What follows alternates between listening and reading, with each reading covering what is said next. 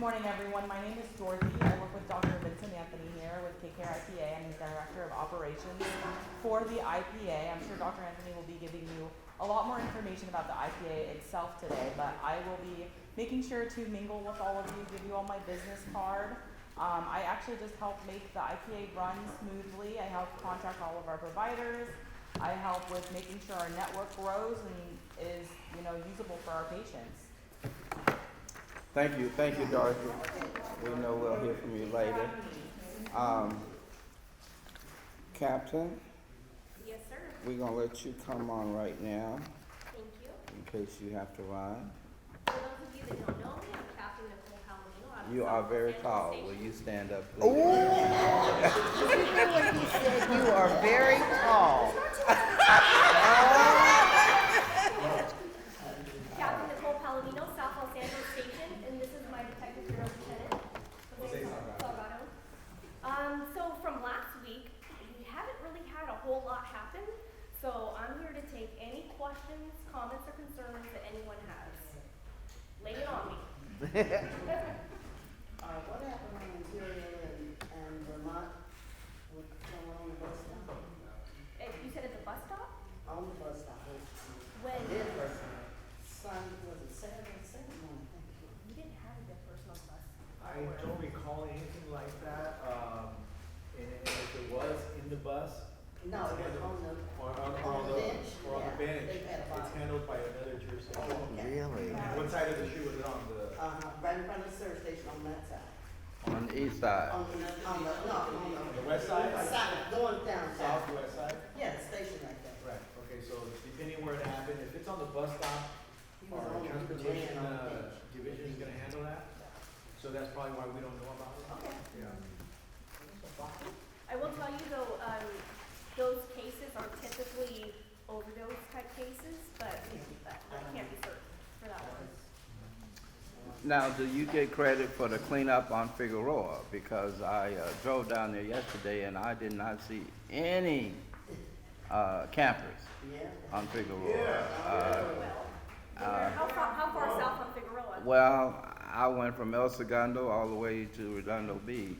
Go a little further, you can go further. Well, I went even further. Actually, I went all the way down to 190th. That area. Going south. I can tell you. And they used to be lined up right there off of Rosecrans, all the way coming back, but I didn't see any on Figueroa. And I was, yeah. That's the area that the homeless team has been focusing on. Okay. Rockville, Figueroa, all in that south Okay. pocket. So they're the ones that have been in charge of that. And you're probably gonna see all the cleanup. Okay, all right. Well, we know you have a special task force, and somebody had asked me about a camper on Raymond, and I told him to email you guys and let us know.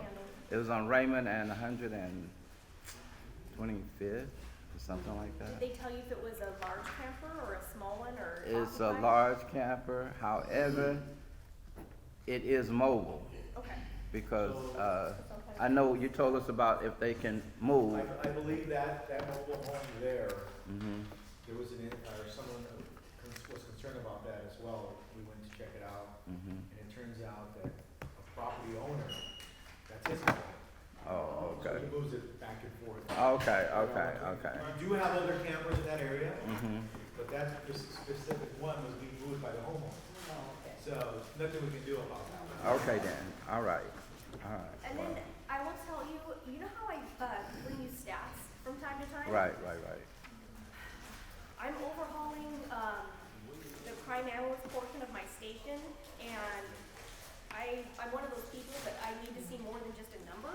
I need to see content behind the number, and so that is my goal, to get you guys more content behind the numbers, so you understand, like, if you have an increase in robberies, here's the time of day, here's the area, here's what you need to be aware of. And same thing with burglaries and whatever we have Nice. arising. So I just think it's more crucial than just giving you a bunch of numbers. Sure. And that's what I'm doing. We're in the process of working on that. It's probably gonna take me a couple months to get to where I wanna be. So, That'll be very helpful. Yeah. any other questions? Yes, sir. I believe it was Saturday night, Sunday night,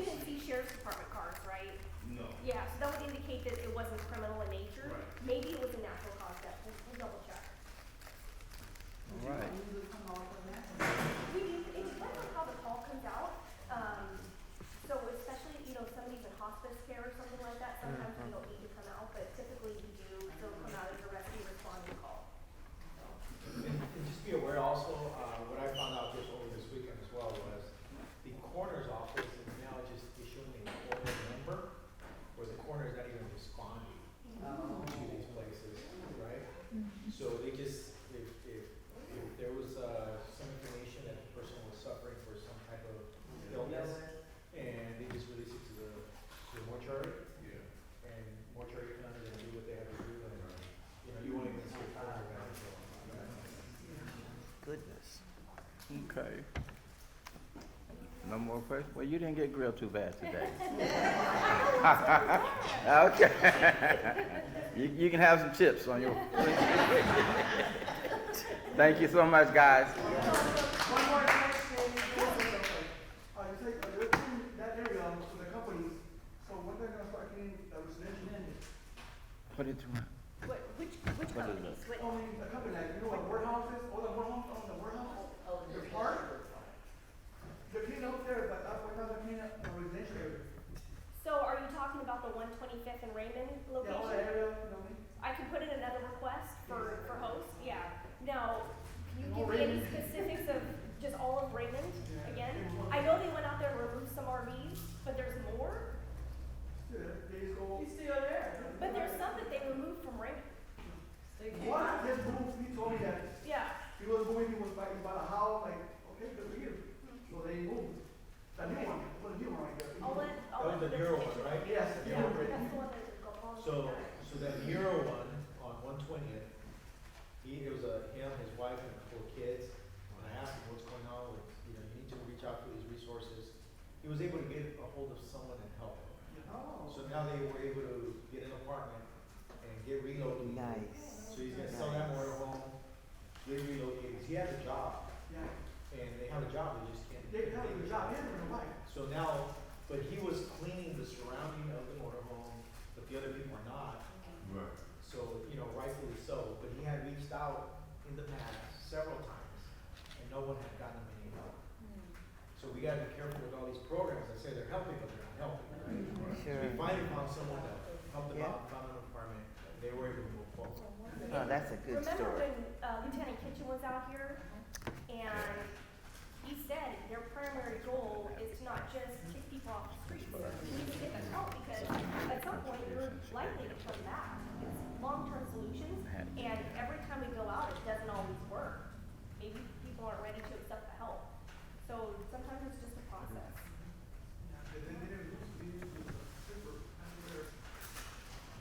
That sweeper couldn't pass through. What date is your sweeper come? Oh, today. Okay. Can you do me a favor? Can you take some pictures and email it to me? Thank you. That seemed to be very helpful last time. Thank you. Okay, no more questions? Now we can give you the hand. Thank you guys so much, and thank you, Captain, for coming and sharing information with us. Okay. We appreciate you. You're just in time. Matter of fact, it's your turn. It's your turn. Thank you so much. Appreciate it. It's good to see all of you always. I'm Dr. Anthony Culp. I'm the president of Los Angeles Southwest College. It's always good to see you all. It's always wonderful to come out and share what's happening at the college with the community because this is the community's college. And so it's important that you hear about what's happening on the campus. So just a quick update on enrollment.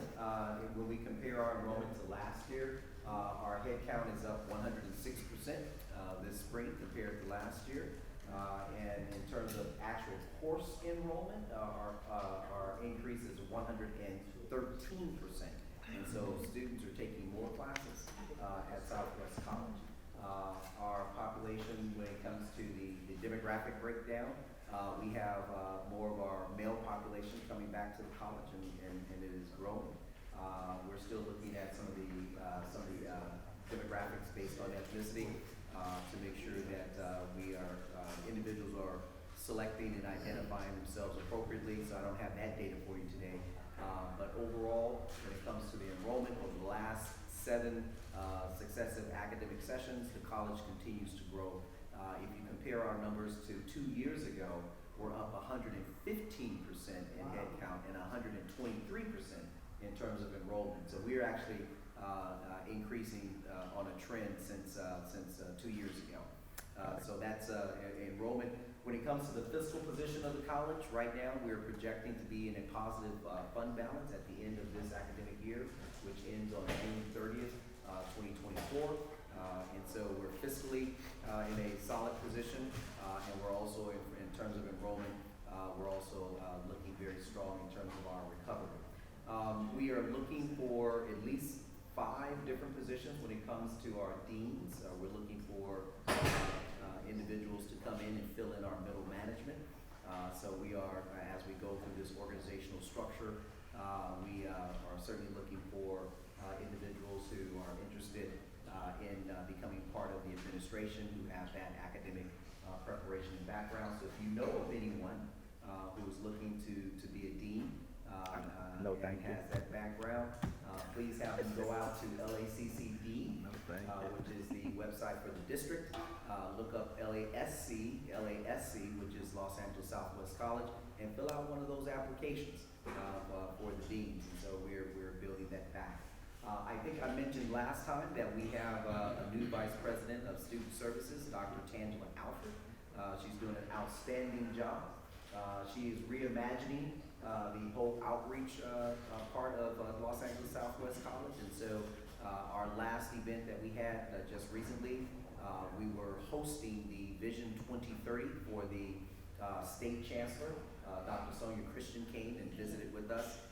And we also had the opportunity to have the district chancellor at the same time. So we had, for the first time at Los Angeles Southwest College on stage in Little Theater, we had both the state chancellor and the district chancellor there representing the 2 highest positions within our district. And they shared their vision of what's happening with education within our community, within Los Angeles in general, and especially at Los Angeles Southwest College.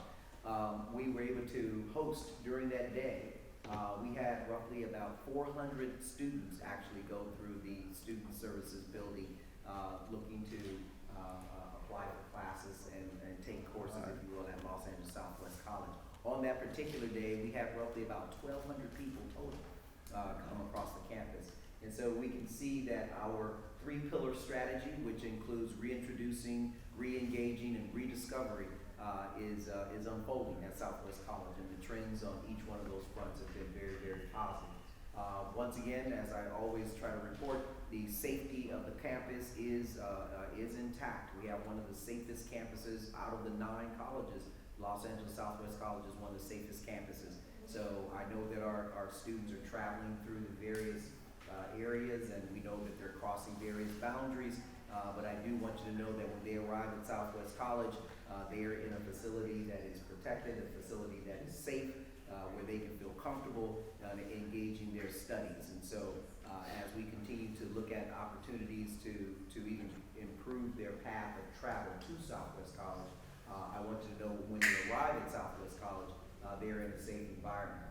We are now in a process of looking at how to improve that path of travel to the college. We're in conversations with various partners within our community to see how we can get the different transits and buses and different bus stops and all of that set up where we can ensure that those students in our community from the farthest point on the north side to the farthest point in the south, the east, and the west side have an opportunity to take certain transits and get to the campus safely.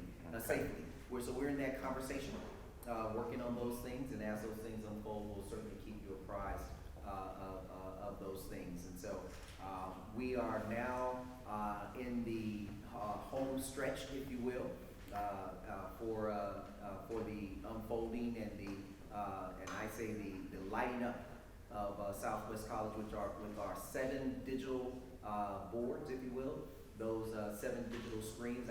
Some of you probably walk the campus and you probably see the screens up. Those screens are supposed to be ready and active by the summer. And so we'll have a lot of content on there, which one of the sheriffs came up to me and already hit me up for some of the space and time. We want to hit you up too? I'll be the first one on that. So for some people it will be free, for others there will be a price. But we're looking forward to those 7 digital monitors. They're huge. They are, they're beautiful. And we're My name looking, will fit right on in there. we're looking to not only complement the surrounding area of our community with those digital boards, but also we're looking into, and I may have shared this with you some time ago, but now it's starting to unfold a little bit more. We're we're looking to, repaint that fence line. Right now, to me, it looks too interesting. All right. We need to, Yeah, we getaways. need to put some color in there. And so we're painting the, But it is. we're planning to paint the fence in a way that it complements the colors, of the campus, of the Good, Cougars. great. And so we're gonna do that whole perimeter, not only the perimeter that you see that travels east and west on Imperial and north and south on Western, but even that fence line, that back fence line, that runs parallel to the 105 freeway. So it's gonna be the entire campus fence line will be, painted to reflect the colors of the campus. So that when individuals are driving up and down those highways and byways, they'll be able to say, that's Southwest College. Right. You don't even have to see the sign. You can just look, that's the fence line. That's where Southwest College is. And so All right. some of us were from the country. You remember that's how we used to talk, right? Oh, yeah. How do you get this on? So go down there, a few miles, see the big tree and make a left, right? And so now when you go up Imperial, you see the color fence. That's Southwest College. And so, All right. yeah, that's right. Branding is what we're looking at. So, All right. so we're doing that, and so we're looking forward to that happening with hopefully by the end of this academic year. Lastly, I'll give you the update on the Cougar Den, which is the student union. Right, right. It's coming. We now have a definitive date. It should be done by September. So we're going to have a big ribbon cutting and all of that. You're all invited, right? You don't need any tickets. Okay. Oh, you're not gonna charge us for that, huh? No, You're not charging. Okay. You come by, have some coffee and donuts, and it's all on us. But All right. we'll have the Cougar Den ready, and we'll be doing some ribbon cutting. For the student union. The student union. Yeah, if you've been on the campus recently, that building, if you come in off the on the western Okay. side, that big building that's right in front of you, that's under construction, that's the student union. We call it the Cougar Den. Right. There's gonna be a little Okay. surprise. I'm trying to hold on to it. Everybody keeps asking, what's the surprise? Alright. If I told you, it wouldn't be a surprise. Right, But when you okay. come in off of Western and you look at that building, I'll give you a little hint, a little tease. Come on now. Right? When you look at that building, there'll be something looking back at you. And so we're working on that. So it should be, That's it great. will become one of our signature buildings on the campus for all of our students, because that's what it will be for. So it'll be for our students. So that's enrollment, that's our fiscal position, that's what's happening with our construction on the campus, and you can see that we've come a long way from 12 bungalows. You bet. We've come a long way from 12 bungalows. Nice. Along with and as a matter of fact, this building, the student union building, at the moment is our last major construction for a little while. We are thinking about an allied health building, but that will come a little bit down the line. But right now, that will be our last major construction. Lastly, when it comes to our infrastructure as a whole, we are applying some bond monies that you all signed off on and voted for. We are applying bond monies towards our IT, our technology, so that Wi-Fi access will be eligible from the east to the west, to the north and south of the campus. In other words, you can actually come onto the campus and be in the Cougar Stadium, which is where our football is, and still be able to do your work, right? You can be on campus, on site, and still in your online class, all the way out at the football field. Can you imagine somebody just sitting out on the football field, just want to get in an open space and still be able to do their classes?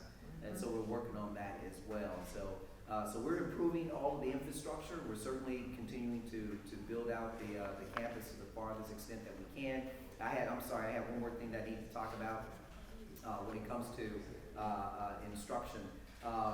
Some of you may know that Southwest College was one of the 9 colleges, the only college of the 9 colleges that no longer had an international program. Well, I'm happy to announce that. Unknown caller. See, that's right on time. That's it.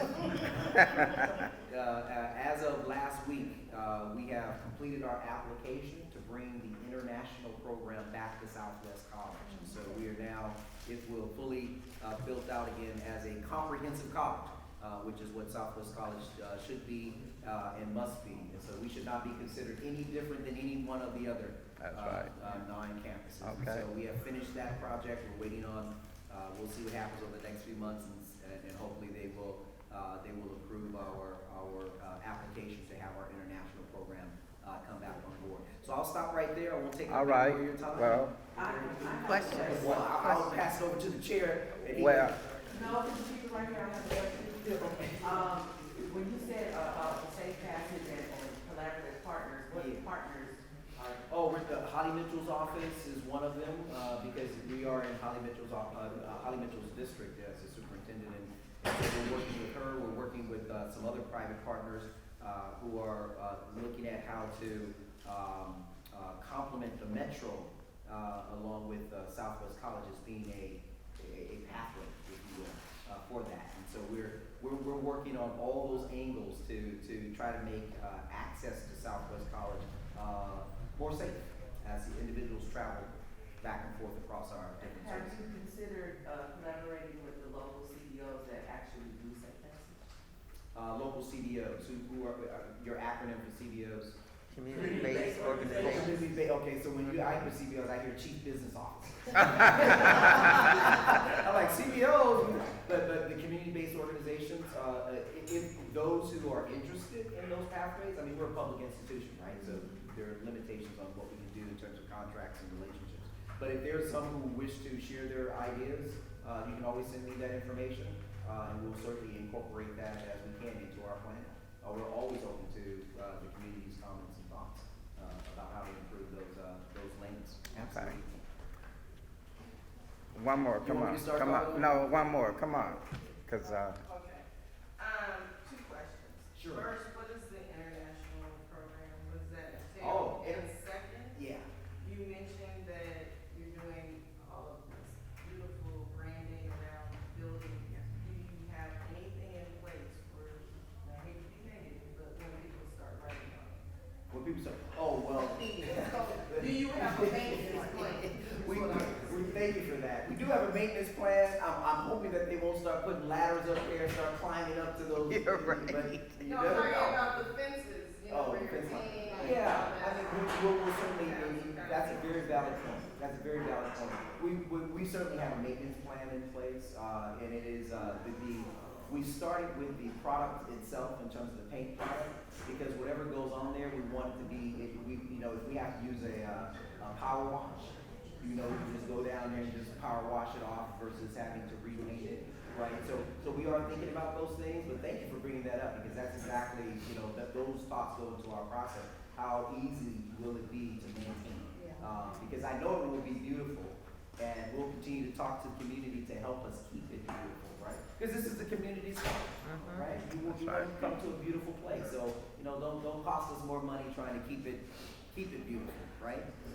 So we can have those conversations, but yes, it is built in our maintenance plan. Let me answer your first question that you asked, about the, international program. So, as many of you know, health and wellness, when it comes to nursing, is not only a local and domestic, need, but there's an international need for it. So Southwest College, just last year, we were reaccredited. Good to see it. Do everybody know you? Oh, yeah. yeah. Because he's on camera, you're on camera, stand up. She's a member of the Los Angeles, Southwest College Foundation. I would just stand up, please. Well, we know. And let them know what the foundation did for our nursing program.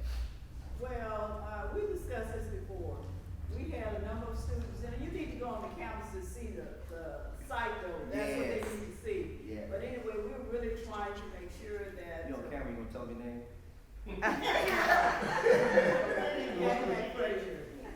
But this year, we were really instrumental to make sure that some of our nursing students got opportunities not only to get their certification and what have you, we provided money for them.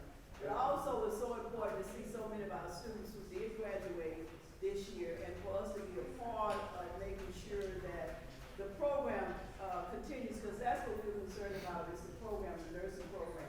If you all recall, a couple of years, about 5 or 6 years ago, the nursing program was doing so well because they made reviews, if you all recall. And so we want that to come back. So we're pressing them to make sure that they get this program, and facility. equipment on campus, but they Yeah. don't have an individual over that program. And that's what we're trying to do, make sure that someone's over the Excellent. program. Great. And as I said, you should get opportunity to see the center that they have here. Yeah. And it's just like a hospital.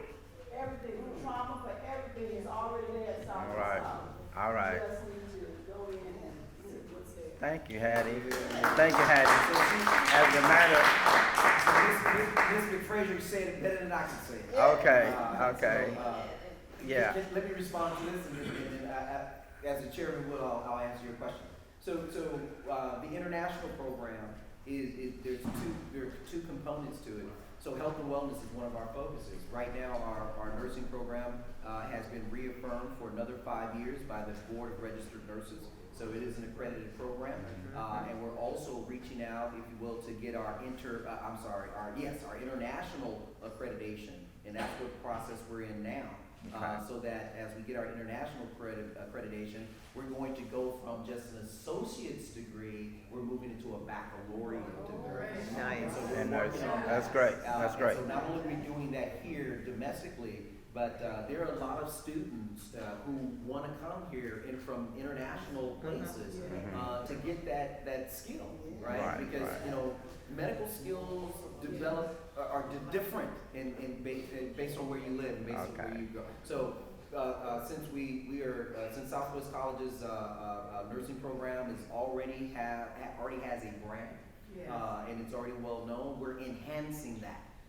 And we've already been in discussion with private four-year institutions and other institutions who have a population of international students who can come to Los Angeles Southwest College, finish their first 60 units, and then transfer over into a four-year institution. So that's what we're doing. And so thank you, Ms. Frazier and the board for all your hard work and making sure that our regulations are. All right, all right. Thank you. All right, before you leave, no, what is it? What is it? Does somebody have a question? She had a comment. Yeah, I just want to say, my name is Annette Davis Jackson. I just walked into the room and I just feel the love. But what I wanted to say, I'm a COO for a medical supply company. And my business partner, she's in Tennessee right now, but she's a 33-year nurse entrepreneur that retired from the VA.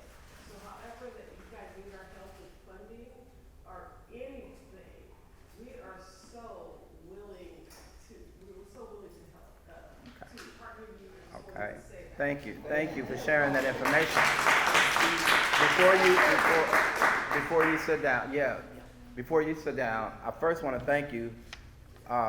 We're having, on April the 27th, our event at Southwest, the Resource Summit at Southwest College. That's right. That's right. I sat down along with others and we discussed it, and he made it feasible for us to have it there, Yeah. since it is a community-based organization. That's right. So he held true to his words. Okay, and we had to. So I want to thank him personally, and make sure you take one of these flyers back. Absolutely. And on the 27th. Now, I want you to meet Dr. Anthony. I know Dr. Anthony. Oh, you know him already? Oh, okay then, cool. Because we had actually talked about some of the nursing programs that you have, and with what he's doing, how they may go hand in hand. Well, I'm behind. Okay, I'm behind. Catch up with each other. Okay then, okay. Yeah, Beverly, come on. While Dr. Anthony's coming up, I just want to share right quick before I have to go. Thank you everybody for coming out. As Jimmy mentioned, we're having a summit. I'm Beverly Matthews, COO of West Athens, Westmont Task Force, and Education Director at the Wooten Center, and co-lead for the CAP along with other CAP members. Where are my CAP members? Raise your hand. Our CAP members in the back? Okay. And so we come together once or twice a month to look at what's going on in our community, look at stats, look at what the resources are. So we're hosting, along with the task force and other community-based organizations, a unity summit. This is our story, past, present, and future. There's some on there. April the 27th, and they're at the table as well. And then we also have a need for volunteers. You know how nice our Christmas banquet was? We want the task force to be able to help with the logistics for the for our summit as well. So we'll email it out to you as well. And we have a barcode here, but just wanted to let you know, keep that date 4/27/24 at Southwest College 9 to 3. You'll have breakfast, lunch, get a overview of cap, as well as resources, and just having fun. And come on, Dr. Anthony. And Now, come on. thank you for your patience. We're gonna turn our attention over to Dr. Anthony. Vince, was there something Just Jones had? William, real quick, and then we get going. Okay. I met some Come on up front, brother. And you are? I met some of you before. My name is Will Mitchell. I am District Director for Assemblymember McKenna. I know you all are used to seeing Brandon. Yes. I bring both good news and sad news. He is moving on to the private sector, so we congratulate him on his new job. He will be here next Tuesday to talk to you in person. I just want to let you know that our relationship will continue with the office. I'll be here, or other field rep Haley will be here as someone comes in to replace Brandon, who is irreplaceable. That's right. We will continue to have an open relationship with the task force, and you're always welcome to give us a call if you need anything from the district. Thank you. Thank you. Thank you. One more thing. We are having a teletown hall on April 9th. I'll be getting that information to Vince so we can get all the emails out to everybody. It'll be a call-in where Assemblymember McKenna will be talking about the California budget and other issues. All right? And you'll be able to ask questions. All right. Thank you. Thank you. All right, Dr. Anthony. Good morning, everybody. Good morning. My name is Dr. Vincent Anthony. I'm a kidney specialist and a healthcare entrepreneur. So I got really excited listening to Dr. Culpepper talk about what's happening at LA Southwest College in terms of healthcare. One of the things that happens in our community is there's a large disparity in terms of how we get treated, how black and brown people get treated versus other groups. One of the things that gets left out of the conversation is the economics of that. Now, I'm a doctor, but I'm also a business guy, so I understand healthcare business. And we don't own any of the healthcare businesses out here. We don't own any hospitals. We don't own any health plans. We don't own any large doctors groups. We do have our individual practices. I own my own individual practice, but that's the extent of it.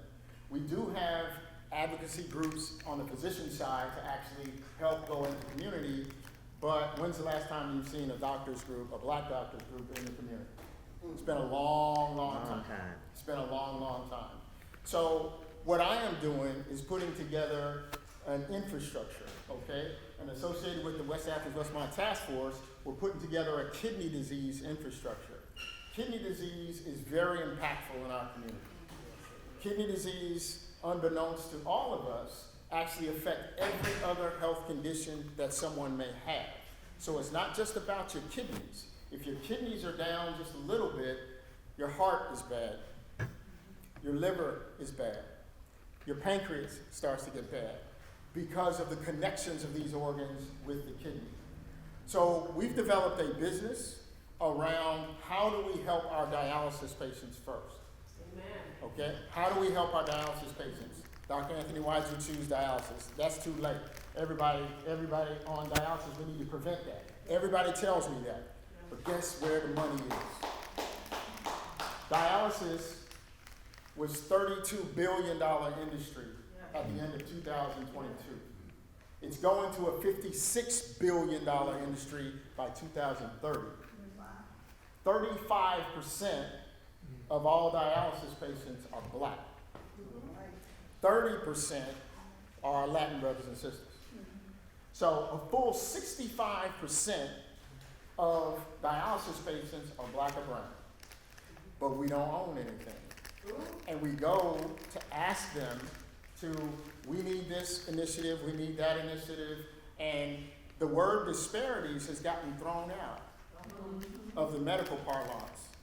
What's now in the medical parlance is social determinants of health. Well, we know y'all kept the money when we got dropped off here. That's right. So the point is we have to do things to raise the community stake. So what we're putting together, there will be community ownership in what it is we're doing, okay? I don't believe in just fat cats owning at the top. It has to be a community thing, so community needs to own this. Why is that important? Because we're building jobs. Once we build certain things, all these nurses that they talk about going to LA Southwest College, they need to go somewhere. Guess what happens? They get spread out all over. There's no one infrastructure in the community that they can go have a job at. Right now, they're looking for a nursing director, right?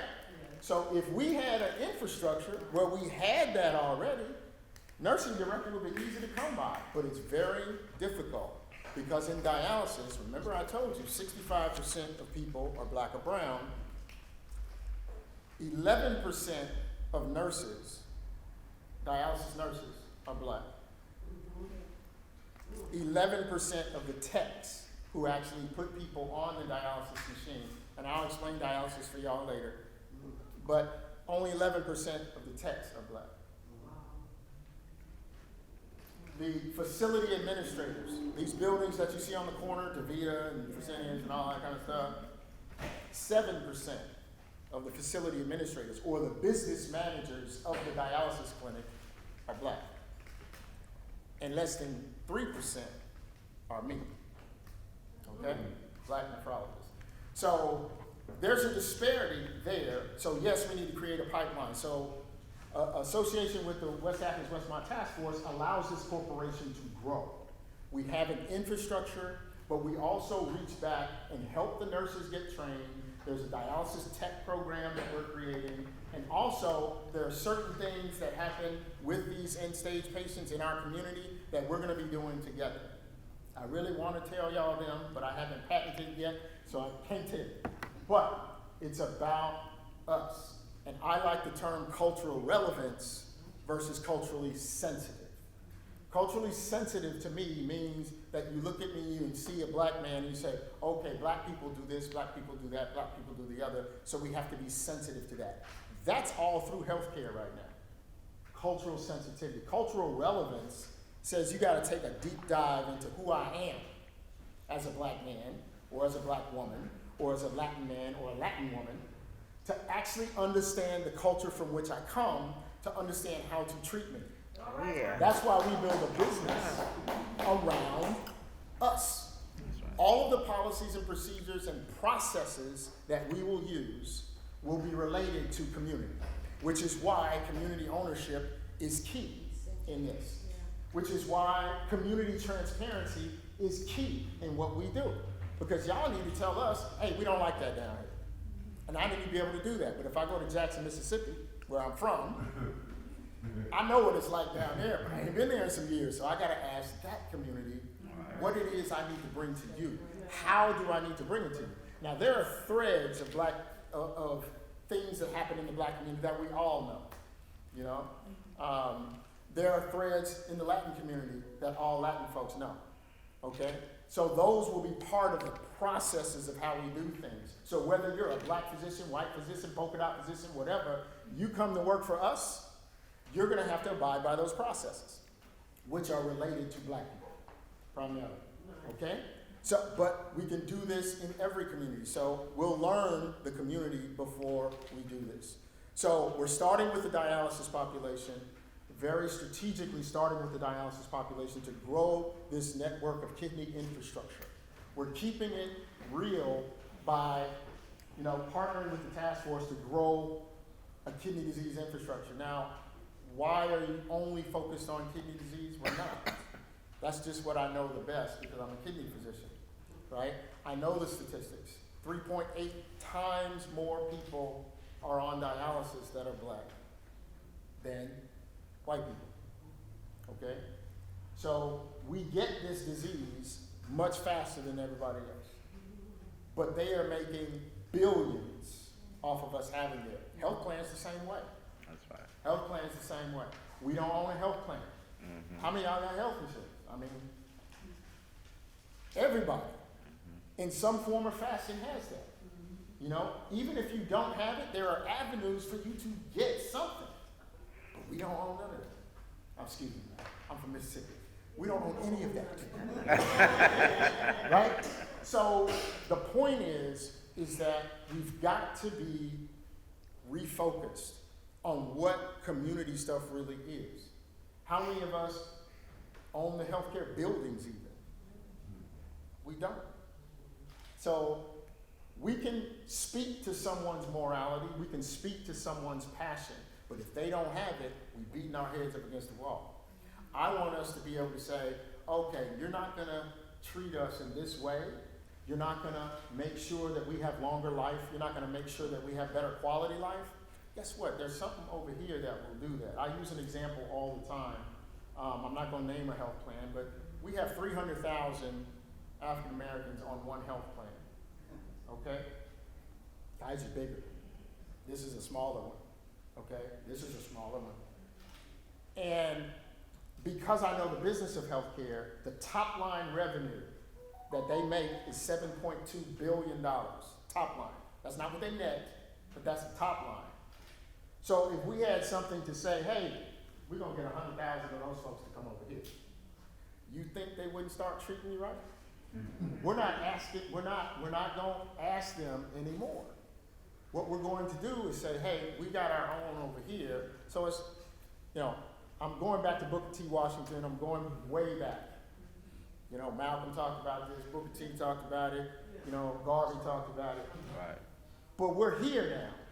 So we can take tenets of that and then talk about W.E.B. Du Bois as well.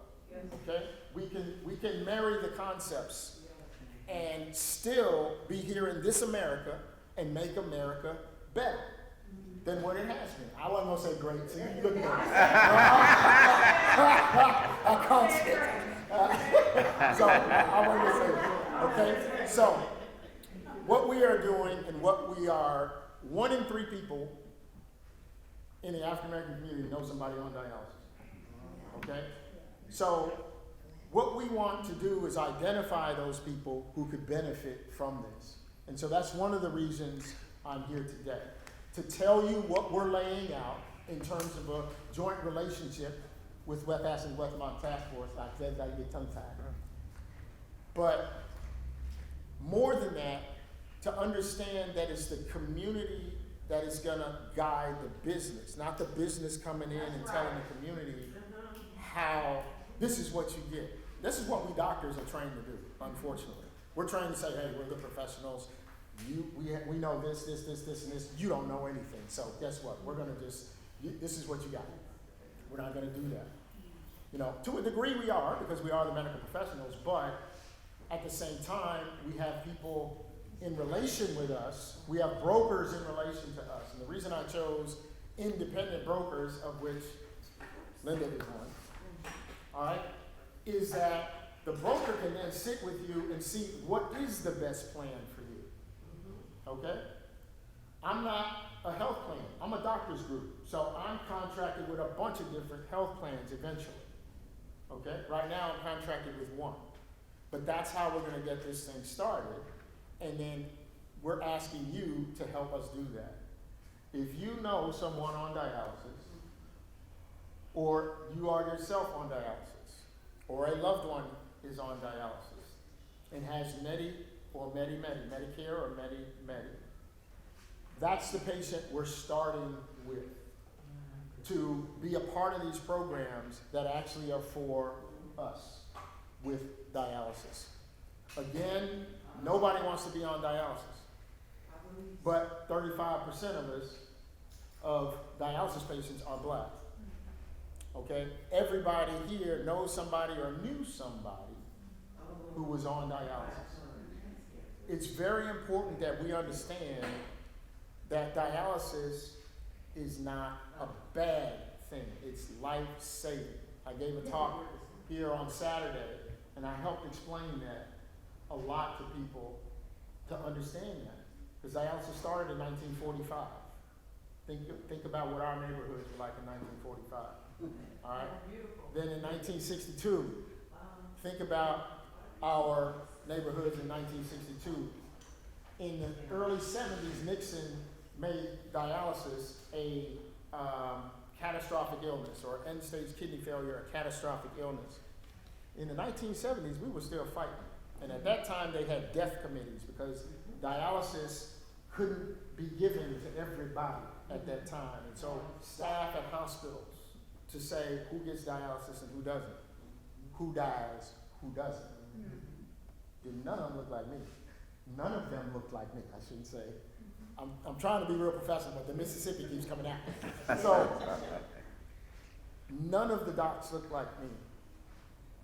So we didn't get the benefit of that treatment. Absolutely. We didn't get the benefit of that treatment, although we had more kidney failure, even back then. You understand? So it's important that we own some of this and be able to redirect how it's arbitered so that lives are prolonged, and more of our folks get to transplant, which is best. I got a whole lecture on all this stuff, but I'm not going to go into that right now. I just want to, give you the importance of why dialysis is so important. In stage 3 kidney disease, I think I was here before and I taught you guys that there are 5 stages of kidney disease.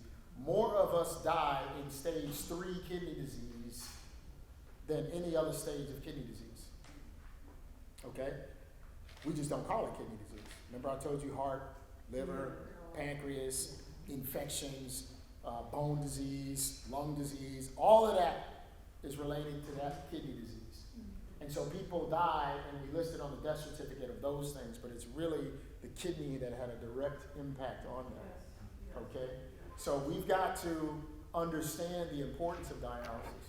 Okay? It is life-saving. It does not take away life. Okay? It alters living, but it does not take away life unless we wait. And we have a lot of reasons to wait based on medical history in this country. We absolutely do, and I don't deny that at all. Okay? But what I'm saying to you is I can much better do dialysis when you need it, right when you need it, versus when you need it 7 months ago. Because it is tearing your body down. So we're going to have these programs in place that actually prolong life, that actually get people access to things that they need that they otherwise don't get. And this health plan is going to help us do that. So we work really closely with this health plan to get these dialysis patients the care that they really and truly need. Not just go to dialysis and go home, but go to dialysis, go home, and then we got some love around them based on what we do. Just one second. Based on what we do, okay? So there's, again, different programs that we have that are instrumental in this. There's going to be certain, I'm going to say it, there's certain types of food that we eat as black people. Okay? There are certain types of food that dialysis patients need. Okay? We're going to blend them to make it culturally relevant. Okay? We're already working on these things now. Okay?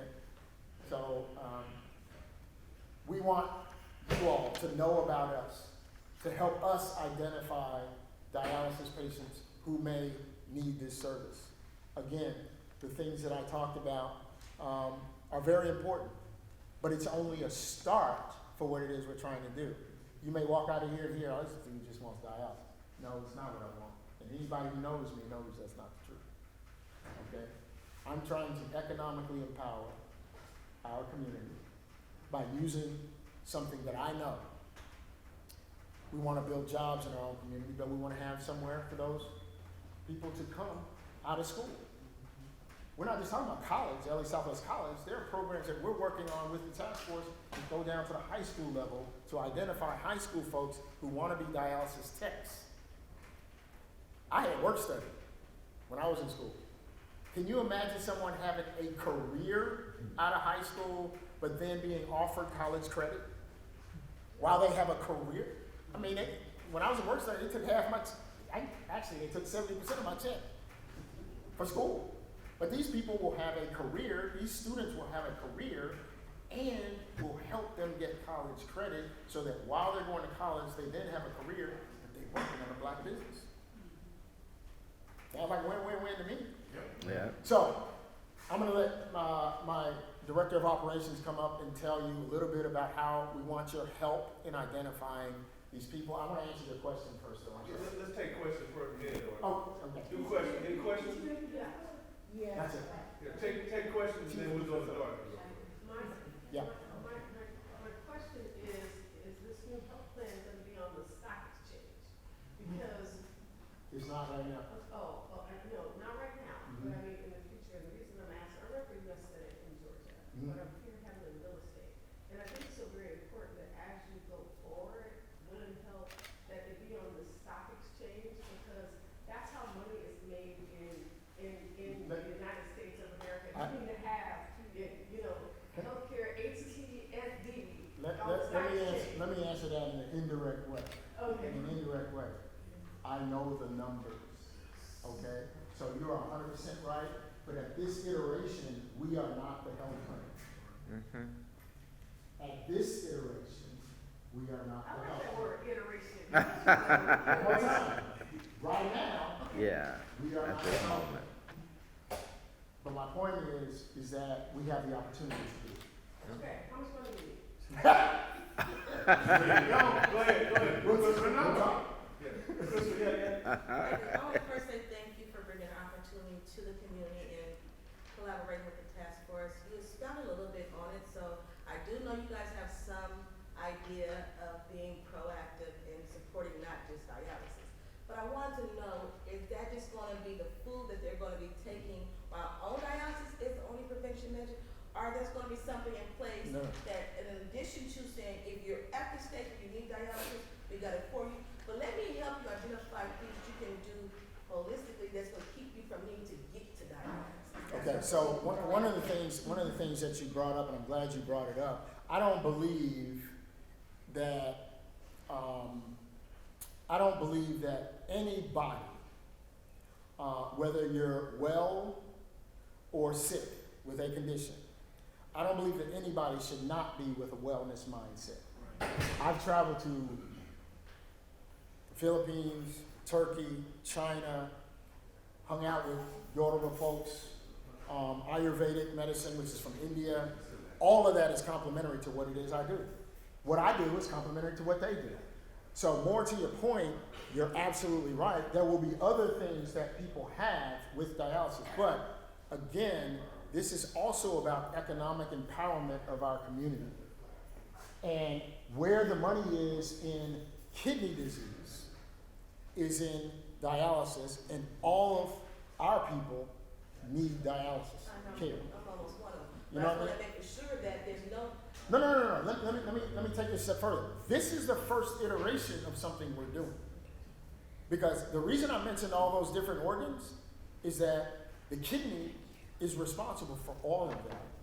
So I would be remiss if I said, oh yeah, you got dialysis, but we're gonna take care of diabetes over here in the community. We're not gonna do hypertension. We're not gonna look at heart disease. We're not gonna look at liver disease. We're not gonna look at prostate cancer, because prostate cancer causes kidney disease. And people don't know that. That's my job, to make sure everybody knows that, and then get into the preventative aspects. What I don't want to happen is when it's time to do prevention, I don't want to have to go to a body and say, please help us. We need to do this. We really need to get this off the ground, this, that, and the other. I don't want to go to foundations and say, hey, please help us do this. And then that foundational money says, you got to do this. I used to be a drug researcher. I have a Master of Public Health before I became a doctor. I had to do a bunch of research. I wrote an NIH grant. You got to do every little thing that they say in order to use their money. Right. But I don't have to go to the community to know what to do to use the money. I just go into the community and use it, and then take it back to the NIH and let the NIH get a pat on the back and say, oh, we were in a black community. I don't want that. What I want is the cash, so that when you tell me we need this prevention program over here, we can go to the NIH and say, yes, help us do this. So that little piece over there, cool, we got that. But guess what? We got a whole bunch of private money coming right to you to build it. And if you want to build a business around something that you're doing, now you got funding from a black business that has done something. And that's part of what we want to do. Hopefully at year 3 is be able to identify businesses that, I want to sit on your board because I want to make sure you do right. and succeed. Because when you have a business in our community, and I have a business in our community, and you own the building, and I own the building, we can help somebody else own the building. We can help somebody else do these community programs. Yes, we get community funding, but there's always private funding coming from us to support that. That's why our businesses fail. 0.5% of all venture capital last year went to black people. 0.5. That's an atrocity. That's not DE&I. That's garbage. So forgive me for being so passionate about this, but brothers and sisters, it's like we are suffering because we don't understand the game. That's right. If we have private funds that can help you do what you need to do, if we have private funds that we can say, hey, you know what, I want to give the task force $2 million this year. Bam! I can do that. Okay, I'm going to take that off of my taxes over here. But now the task force is actually running roughshod through the community, doing stuff, and don't have to wait for anything. They don't have to wait, because now we have a consortium of businesses that got birthed out of this one that can get together and say, hey, yo, this is who we need to support this year. Next year it's going to be this group over here. Next year it's going to be a group, but we're going to keep everybody honest. You know, we want to support, we want to help it grow, we want to help all of this stuff happen so that our kids rise. I got a 9-year-old. I don't want her looking at me crazy because I'm just some rich dude on a hill. With what's happening with our country, it can't happen. My father was the first man to vote in North Mississippi after the Voting Rights Act in the 60s. Okay? So I got history in my family to uphold too. You see what I'm saying? It's so imperative that people understand that this is a start, it is not a finish. All that prevention you're talking about, I agree with it 100%. But the healthcare system as we know it now is built on sickness. Yes. It's built on sickness. For sure. So that's the game. So guess what? Dr. Anthony knows the game. I'm going to take the put it back over here, scoop you out by the door, put it back over there. Right? So it's imperative. And the beauty is that it's a company like ours that started this, and it doesn't just have to be in the black community. See, that's what we, as black businesses, that's what we try to do sometimes. We try to only sell to our people. That's not how we do this. So the structure can be done with our Latin brothers and sisters, and we can teach them how to do it and make themselves healthy too.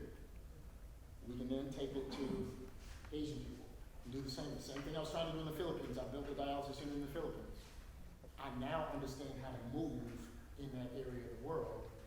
And guess what? That's a black business too. If I do a business in the Philippines, that's still me, right? But I want that to be us everywhere, in every community we go to, right? So it's imperative to me that every community that we go into, so if we go into the Latin area, we want Latin brothers and sisters to own as well. Because then there's a vested interest in making them better too. I love everybody. I'm a Christian guy. Okay? But love thy neighbor as thyself. Sorry, brother. I'm sorry. I went off. That's my fault.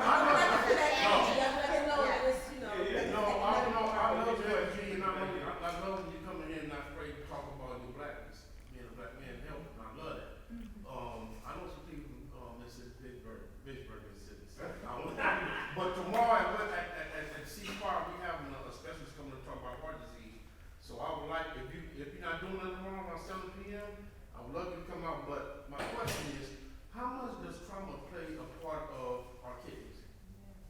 Psychological trauma? Trauma period. Yeah, we know growing up in these communities that have been highly impacted by violence and murders and killings and stuff like that. How much do that play a part on our kids?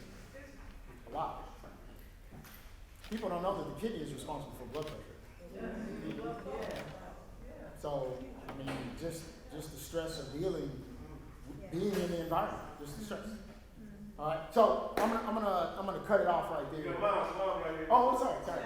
I just like to know, you mentioned we tend to die in the third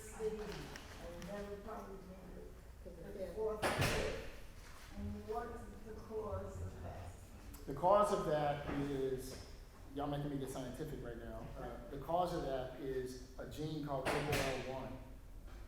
Okay? APOL1, just like sickle cell trait is a protection against malaria, APOL1 is a protection against African sleeping sickness, or trypanosomiasis is what it's called. 13% of African Americans have a high-risk gene, meaning that when that gene gets turned on, kidney failure. But it's the inflammatory part, okay?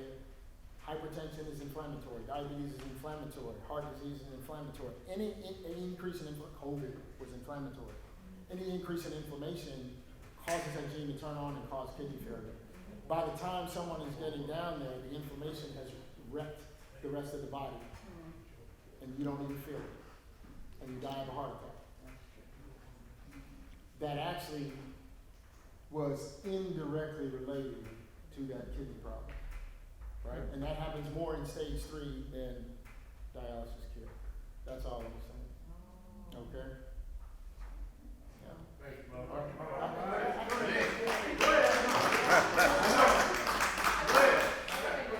Did you just say, prostate cancer causes kidney disease? Okay, I didn't. Okay, because prostate cancer can block everything and cause damage to the kidney from reflux, what we call reflux uropathy. All right, and so it can scar the kidney. And where prostate disease metastasizes sometimes is right along the ureters, which blocks that off and can cause kidney problems. So kidney is related to everything.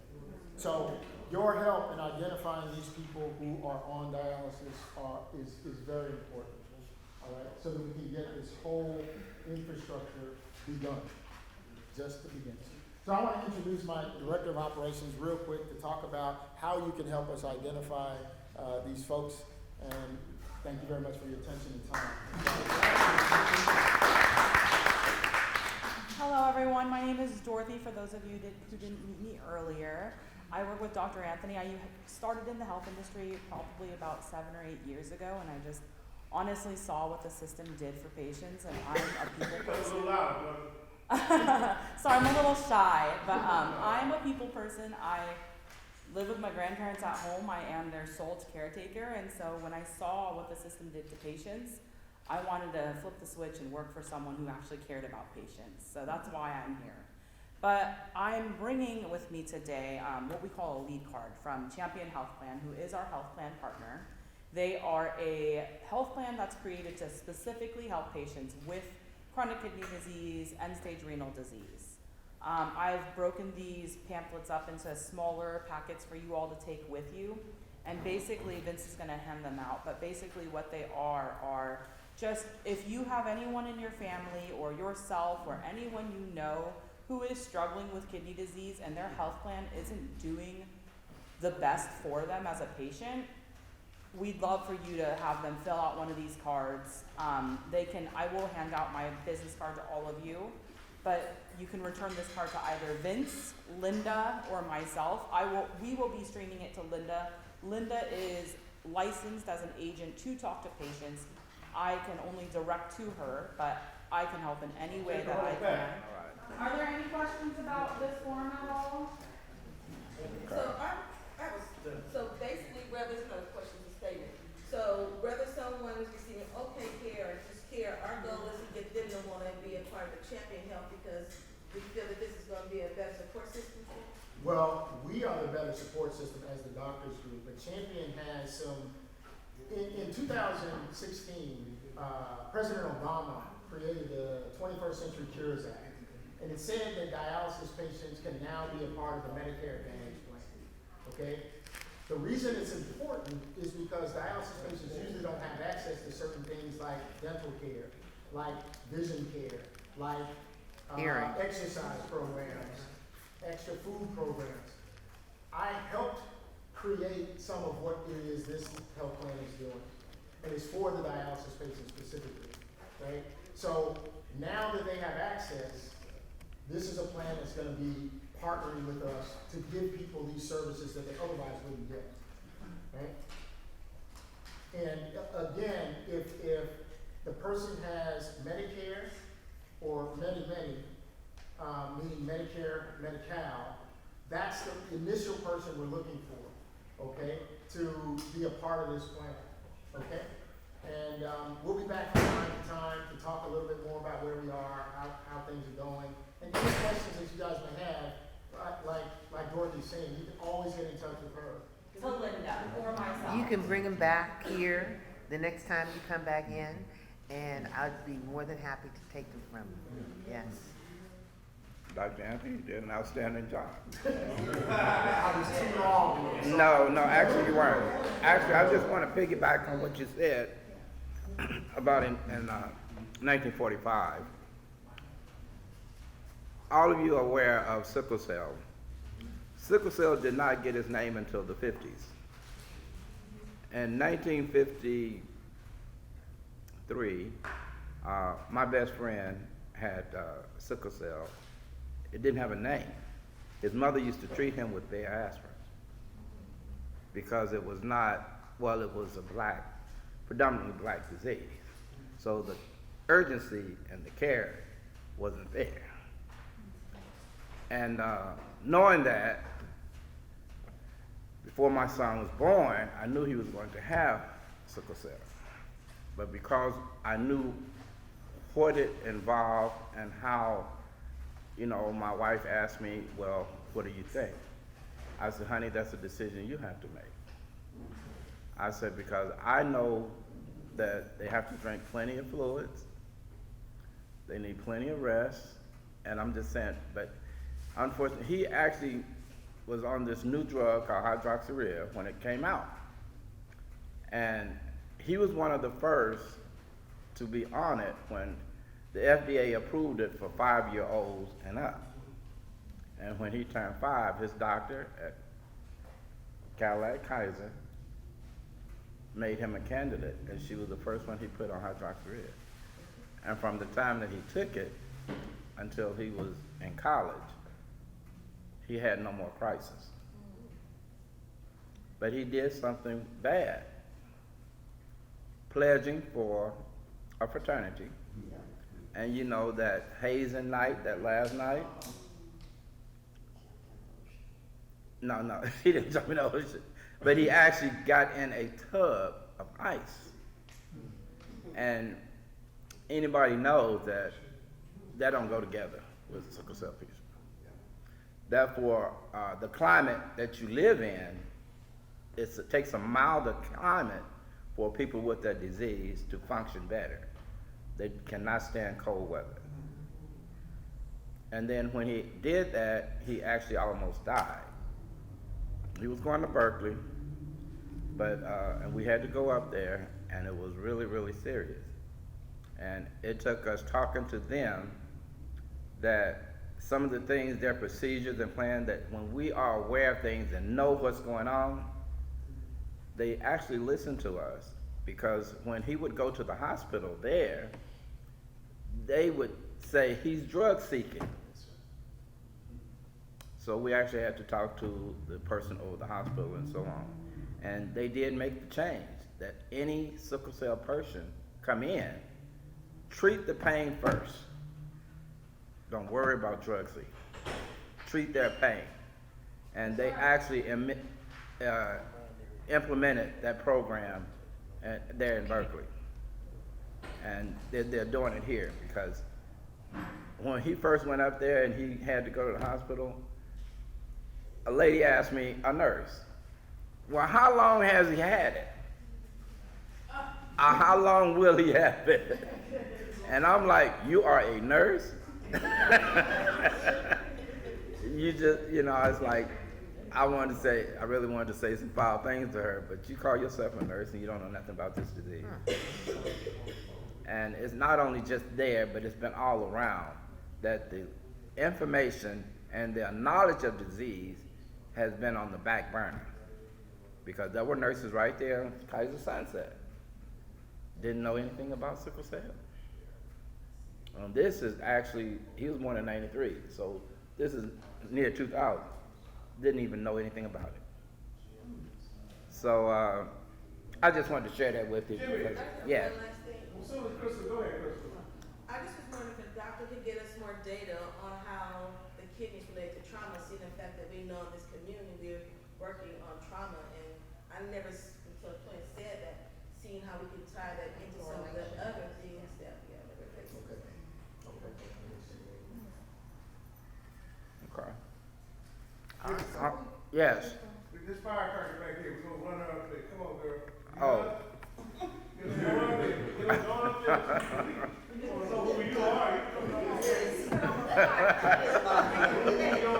And all I can say is, I was born that way. I was born that way. My name is Annette Davis Jackson, and I grew up here in Los Angeles, California. Went to Fairfax High School, went to Lewis Pasture. Say that again? Fairfax High School. That's okay. It's the same as Crenshaw and Lyman and all that. Hey, put it this way. No, because we all ran against each other. I ran the 440 relay, okay? I was a hurdler, yeah. Firecracker, yes, brother, okay? All right? And then when I went to college, I went to Spelman College. So I left here at 18. And my father had me in UCLA. He was a realtor. And I said, Dad, you didn't ask me. He had already had me in UCLA. I said, you didn't ask me where I wanted to go. I said, no, I got to go to the South. And I went to Spelman, graduated, and this year is going to be my 40 years of being All right. Yeah, 4 years. I am 61 years old. Come on, clap for that. Right? Yes. And I will say that I was a collegiate athlete, tennis.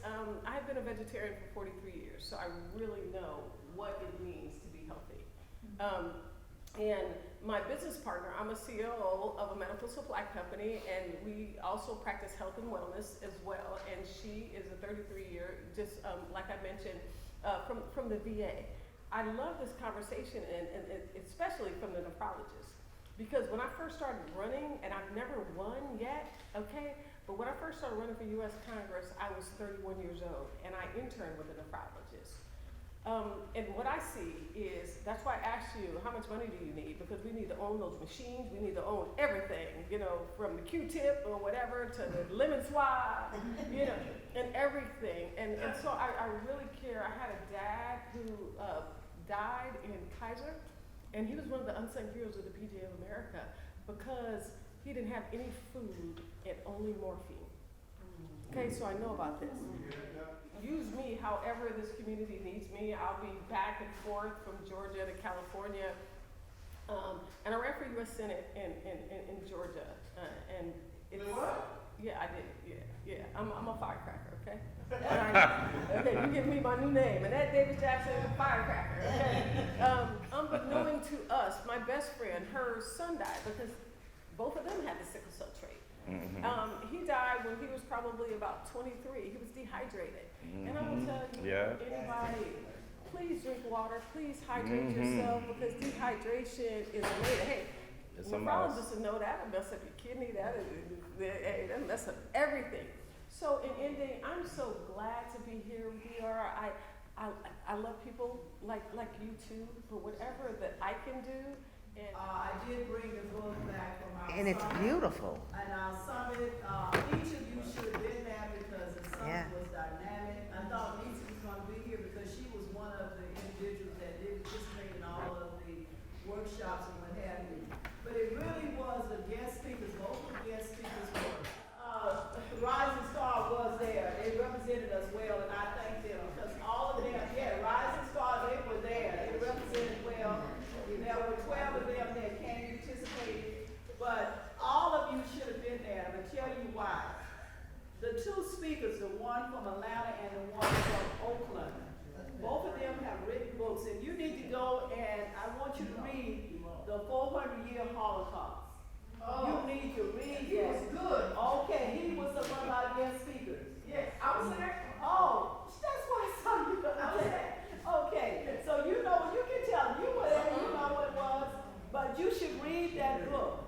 Not only should you read that book, but after he got through talking about he's a young man, and he talked about how he started out because of the fact he didn't know who he was and he tried to commit suicide and what have you, and he was very young, until he found out something about who he was and where he came from the beginning. And as he said, we didn't come from slavery, you all need to realize that. But he did an excellent job of going through our history. And then the afternoon individual from Atlanta, what's his name, Kula, It's in the book. yes. He did such an excellent job. You should have been there, because what he did, he went all the way back, he started from the beginning, but he looked at every president of this United States, and what each one of these presidents had to say about us. You were there too? Yeah. You were there, you heard it, now you tell them, come up here, you all here. Okay, Well- come on, because I don't want, because you will say that I'm biased because we put it on. But you say I'm biased because we put it on, but somebody else needs to tell you because it was outstanding. If you really Dr. need to Anthony. know your history, No, you Dr. really do. Anthony. Jackie and I were there. It was really so amazing. Also, another gentleman who pillared him was a guy named Dr. Kua from Clark Atlanta University. Yes. In my part of town.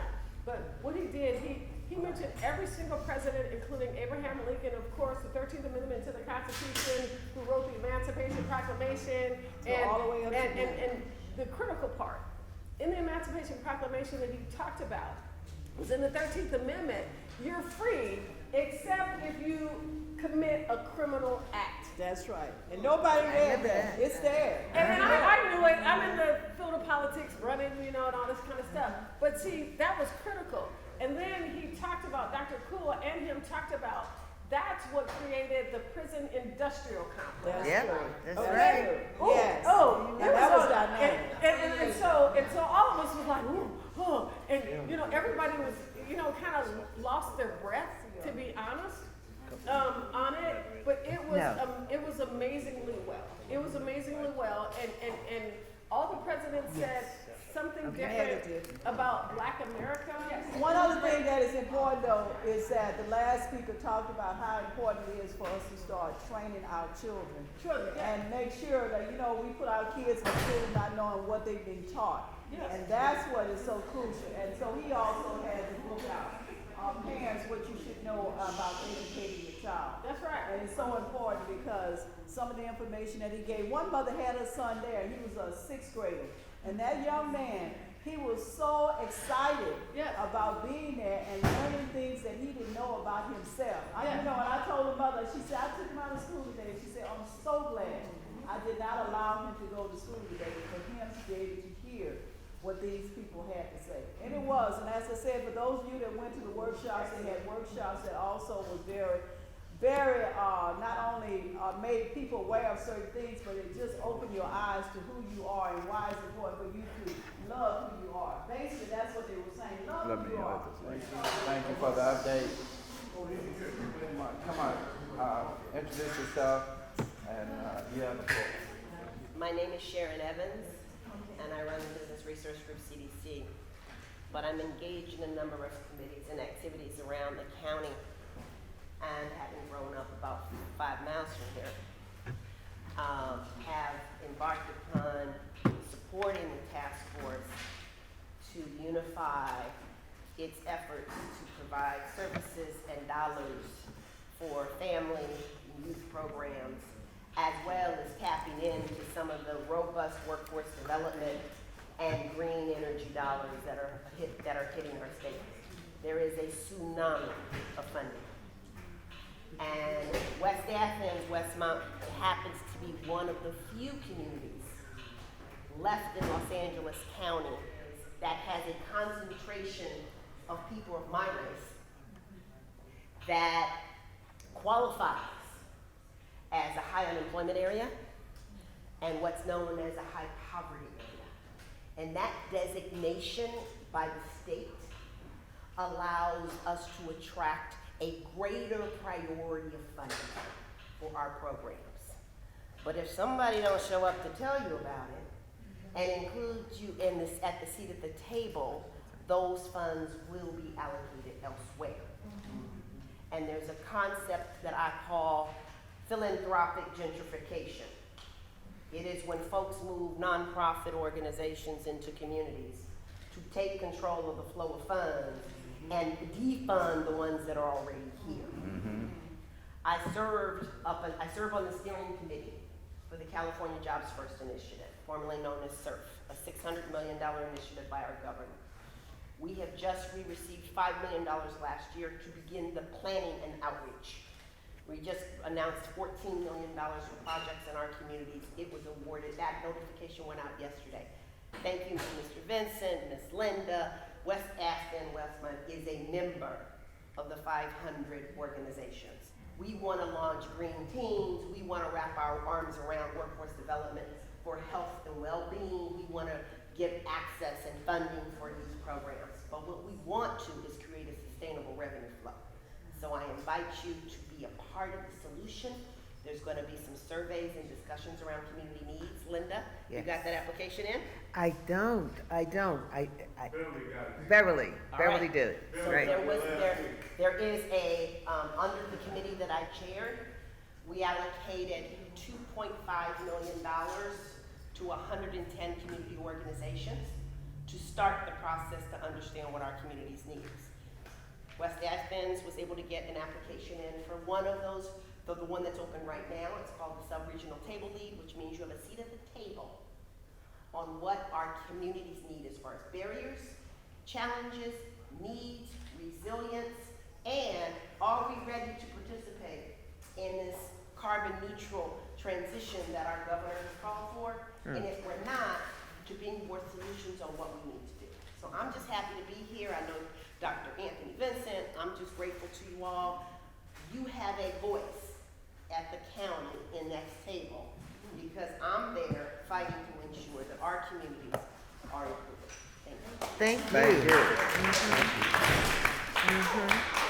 So I do have one though, and Sherry, in going forward, and so that everything is done in a timely way, and to make sure that, you know, we're not rushed or put between 2 days to get something done, is it possible that information can be shared in a timely way? Not, you know, and we are certainly grateful, trust me. I'm proud for you, Ms. Linda, because I just got off an emergency meeting with the committee that's actually going to be participating in we shaped the evaluation criteria for that sub-regional grant.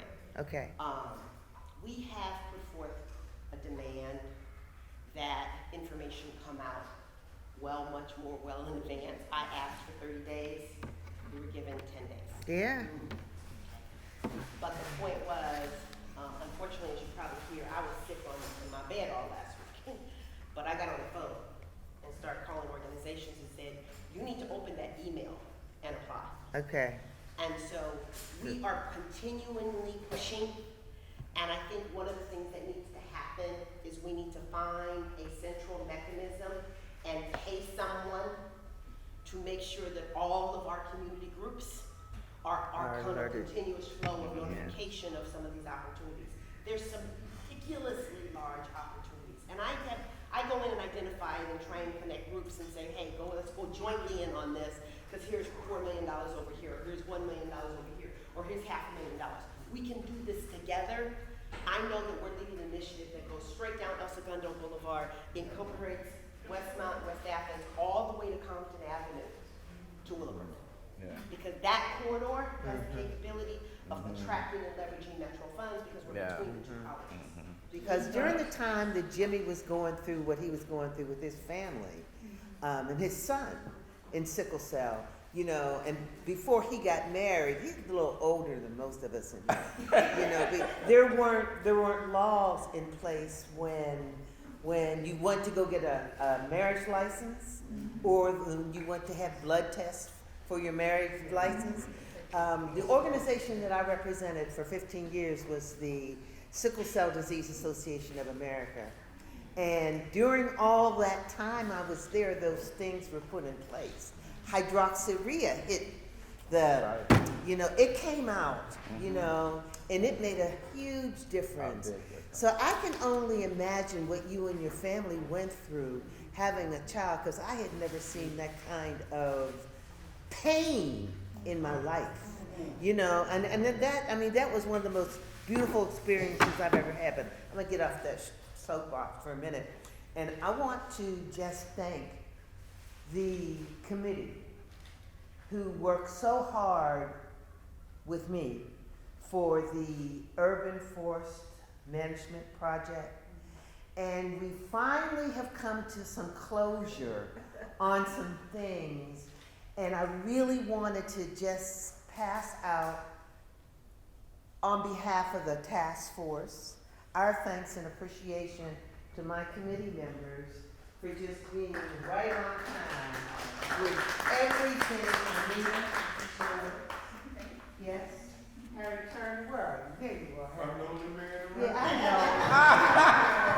know. There you go. And LaTon, thank you so much for everything, because I went to the meeting last week where they were drilling down on everything that had happened. Of the 49 events, we kicked behind and took names because they talked about us. And there's still more that we can do. It's just going to require somebody to take it on as a task within the task force, because I really don't have time. And if we really and truly want to stay involved in this, you know, there's still some opportunity financially for us to, you know, we just want to share with everybody. So we'll talk about that. Okay, Jimmy? Next week. Oh, I'm sorry, Vince. And next week, next Tuesday, we have Metro here. Metro will be here. So. Yes, Loretta. Yeah, I just wanted to thank all the women working on that Arbor program. It was fantastic, professionally done. I know a lot of time went into all the details It did. of that program. It did. We had a good team. I mean, we had a good team. We definitely did. Okay, guys, let's pray out.